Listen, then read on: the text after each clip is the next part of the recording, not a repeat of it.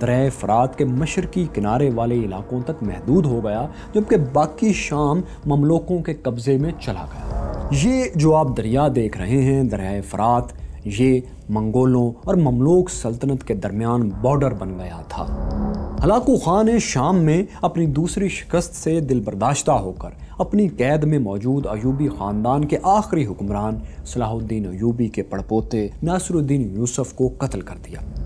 مگر شام میں شکست ہلاکو خان کی آخری لڑائی نہیں تھی، ابھی تو اسے گولڈن ہارڈ کے برقع خان کا مقابلہ بھی کرنا تھا۔ برقع خان وہی منگول تھا جو اسلام قبول کر چکا تھا اور جس نے کہا تھا کہ ہلاکو خان نے اپنے رشتہ داروں کے مشورے کے بغیر مسلمانوں کے شہروں کو برباد کیا اور خلیفہ کو قتل کیا ہے۔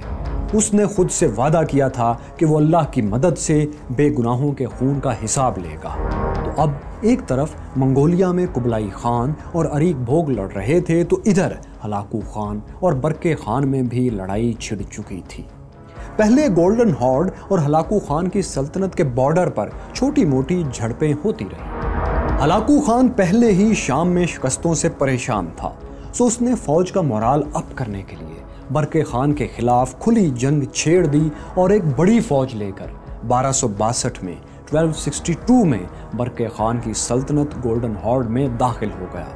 برقع خان بھی فوج لے کر نکلا اور یوں دونوں بڑے منگول حکمرانوں میں لڑائیوں کا ایک سلسلہ شروع ہو گیا۔ پہلی لڑائی میں جو آذربائیجان کے قریب کسی جگہ ہوئی، ہلاکو خان کو عبرتناک شکست ہوئی، لیکن پھر اس نے تیزی سے اپنی فوج کو دوبارہ اکٹھا کیا اور اگلی دو لڑائیوں میں برقع خان کو پیچھے ہٹنے پر مجبور کر دیا۔ اس موقع پر ہلاکو خان کو لگنے لگا تھا کہ اب وہ یہ جنگ جیت رہا ہے۔ اس نے اپنے بیٹے اباکا کو برقع خان کے تعاقب میں روانہ کر دیا۔ اباکا نے اپنی فوج کے ساتھ دریائے تبریک کو پار کیا۔ یہ دریا جارجیا سے نکلتا ہے اور روسی علاقوں سے بہتے ہوئے بحیرہ کیسپیئن میں گر جاتا ہے۔ جب اباکا اس دریا کو پار کر رہا تھا تو برف باری کی وجہ سے دریا کا پانی جم چکا تھا، اس لیے منگول فوج اسے پیدل ہی پار کر گئی۔ لیکن دریا پار کرنے کے بعد اباکا نے دشمن کا تعاقب کرنے کے بجائے وہیں پر کیمپ لگا لیا۔ یہاں منگول 3 دن تک دعوتیں اڑاتے رہے۔ اس دوران برقع خان کے جاسوس اس فوج پر نظر بھی رکھے رہے۔ تو چوتھے روز اچانک برقع خان نے اپنی فوج کے ساتھ بھرپور حملہ کر دیا۔ یہ 13 جنوری 1263 کا دن تھا۔ برقع خان کا حملہ اتنا اچانک تھا کہ اباکا کی فوج اپنا کیمپ چھوڑ کر بھاگی اور افراتفری میں دریائے تبریک عبور کرنے کی کوشش کی۔ لیکن دریا کی جمی ہوئی اوپری سطح جو پہلی بار دریا پار کرتے وقت نہیں ٹوٹی تھی، اب ہزاروں بھاگتے ہوئے قدموں کا بوجھ نہ اٹھا سکی اور ٹوٹ گئی۔ ہزاروں منگول سپاہی برفیلے پانیوں میں گرے اور ان کے جسم ہمیشہ کے لیے ٹھنڈے پڑ گئے۔ ہلاکو خان کے لیے یہ ایک بڑا نقصان تھا۔ اس نے برقع خان کے خلاف جنگ ختم کر دی اور آذربائیجان لوٹ گیا۔ ہلاکو خان شام اور اب گولڈن ہارڈ میں شکست کھا چکا تھا، لیکن اسے ایک خوشخبری جلد ہی مل گئی۔ وہ یہ کہ 1264 میں 1264 میں منگول سلطنت کے نئے خاقان کا فیصلہ ہو گیا۔ اریک بوگ اپنے بڑے بھائی قبلائی خان کے حق میں دستبردار ہو گیا تھا اور اب قبلائی خان پوری منگول سلطنت کا خاقان بن چکا تھا۔ ہلاکو خان نے بھی 1264 میں اپنی ایک الگ کورلتائی یعنی منگولوں کا بڑا اجلاس منعقد کیا اور خود ایل خان کا ٹائٹل اختیار کر لیا۔ اس نے اپنی سلطنت کو ایل خانی سلطنت کا نام بھی دے دیا۔